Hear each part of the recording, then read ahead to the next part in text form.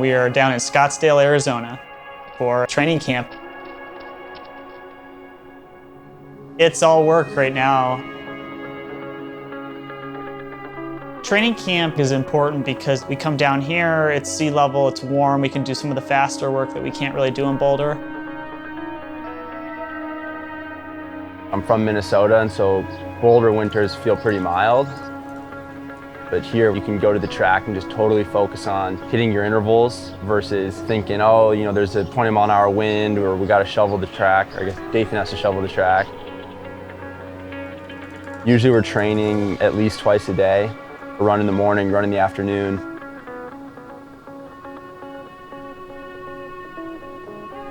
During the day, a lot of times we're hitting the pool or weights. Okay, I'm good. We have an elliptigo, a bike, a treadmill.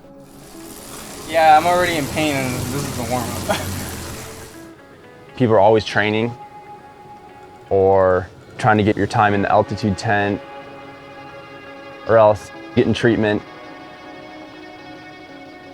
Being around each other all the time for 4 to 5 weeks, it really just focuses your energy.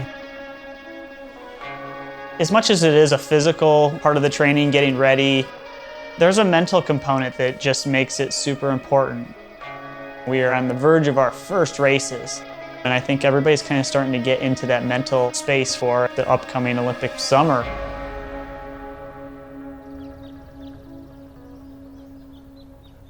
Maybe if we just get a kind of an ETA on how things are going, that'd be great. This is the 2.0 Echo, I believe. Sweet. The first Thursday of every month, we have a footwear development call. We actually get to have a voice in creating a very technical shoe. That pair that Ali and Carlos have kind of been sharing, they definitely say the front end compresses or something like that. For us, it's very important to know our athletes. So we have a very close connection with them and with the coach as well. But I mean, they love that shoe like that. And if you want to make a very, very fast shoe, then in this case, you should work with top athletes in the world. There'll be a few rounds of testing and prototyping, and the interaction with the athletes is the most important part, especially for developing something like a track spike. You have an upper and a board and say, yeah, it's very simple, it's only 2 parts. But what is the material you will use? Do you want to optimize the torsion, the flexion? How do we position the spikes in the pyramids? You always run around the corner in one certain direction, so can we support the athlete in that specific curve?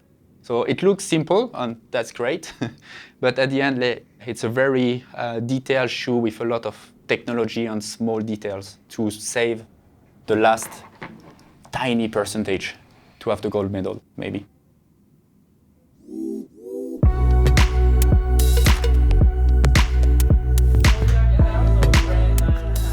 Tonight we got the teams cooking some food from wherever they're from. We're gonna whip up a team dinner for everybody. I mean, if we get a yolk in there, we failed, right? I'm making a pavlova. The origins have been placed in New Zealand, and then people also claim to be in Australia. Which So really- that's actually the perfect dish for us because we both claim it. The state of Sonora, where I'm from, they're called Sonoran dogs.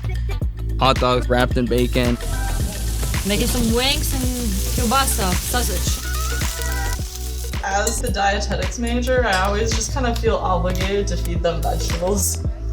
Hey, that's our term. You can't use that. We've had a great month training. We're just in a good spot right now. But this next 2 months, 3 months, a lot's gonna happen. A lot of stress, a lot of excitement.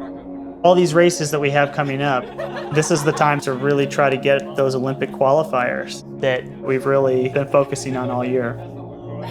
We got a long ways to go, but we've got a good start. So, all right, cheers. Cheers. Cheers.